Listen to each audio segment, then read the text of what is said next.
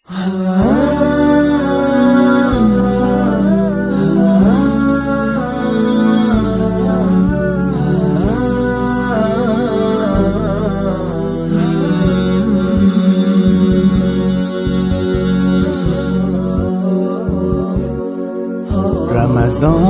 صفای جان و رمضان بهار دلها، فصل بندگی رسیده، غنچه ها شده شکوفا.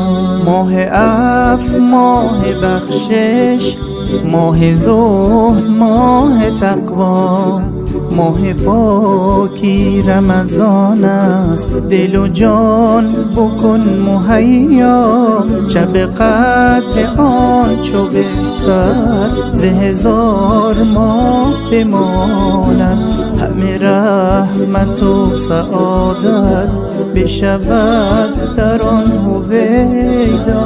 رمضان ماه خدا، رمضان ماه دعا، رمضان ماه صفا، رمضان ماه جلال، رمضان ماه خدا، رمضان ماه دعا، رمضان ماه صفا، رمضان ماه جلال.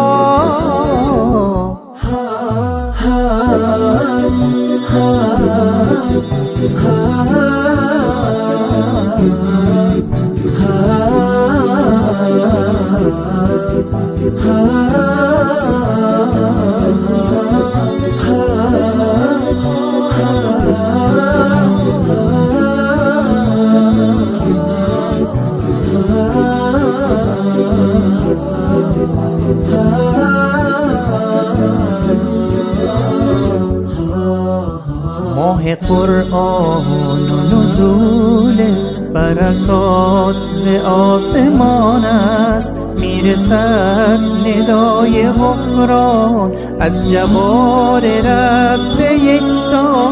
ماه سردی دو چشمان، ماه نور پاک قرآن، مژده ای به قلب مؤمن، تحفه ای ز عرش اعلی، تحفه ای ز عرش اعلی.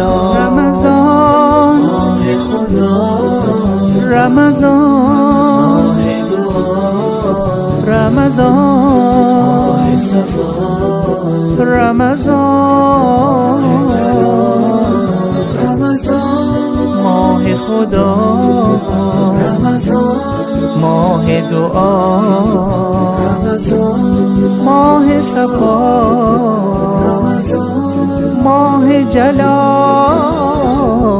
ha ha ha ha